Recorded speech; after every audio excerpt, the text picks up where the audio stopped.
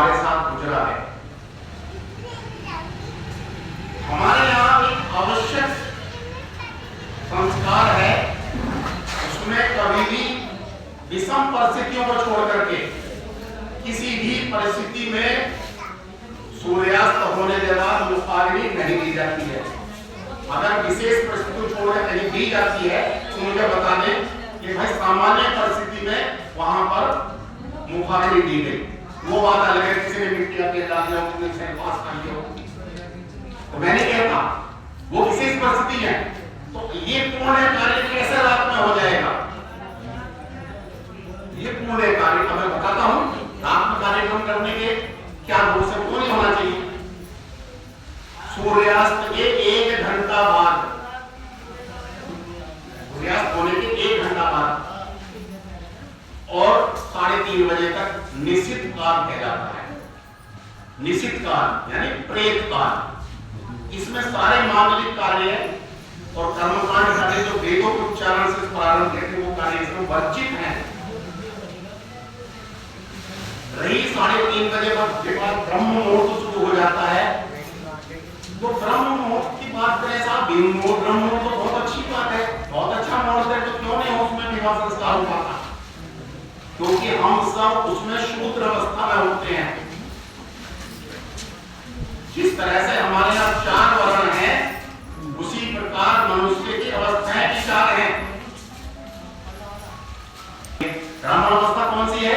आंखों में मल ना हो, नसों में कार्बन डाइऑक्साइड ना हो, आंखों में ढीर ना हो, और जब कार्बन डाइऑक्साइड होगी तो सुस्ती होगी, माना तो मौत होगा, शुद्ध नहीं होंगे और आप नहाए हो।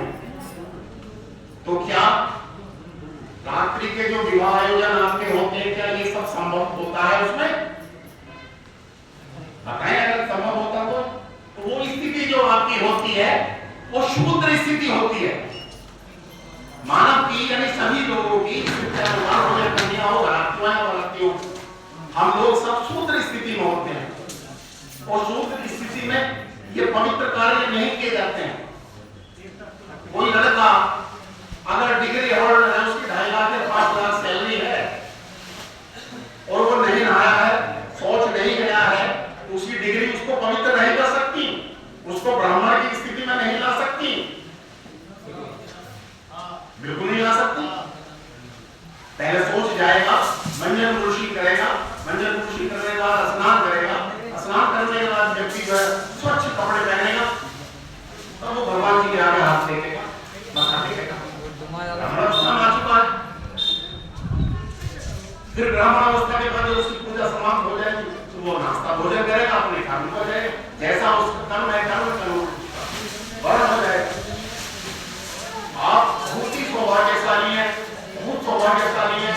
आपका पवित्र स्थान पर, दिव्य क्षेत्र पर, जहाँ मास में 2 बार से 3 बार ये हो जाता है।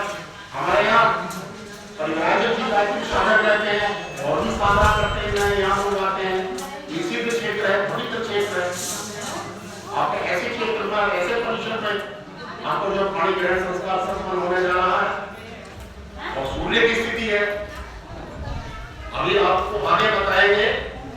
हम सनातन समाज के व्यक्ति चोरी छुपे कोई काम नहीं करते, इसीलिए हमारे सारे कार्य जो है वो सूर्य के प्रकाश में होते हैं। हमारे जो कार्य करते हैं वो शुद्ध प्रवृत्ति वाले शुद्ध कार्य करते हैं, जैसे चोरी छिना ये सब कार्य अंधकार में होते हैं। और दूसरे संकल्प का मतलब घोषणा, हम जो भी कार्य करते हैं घोषणा करके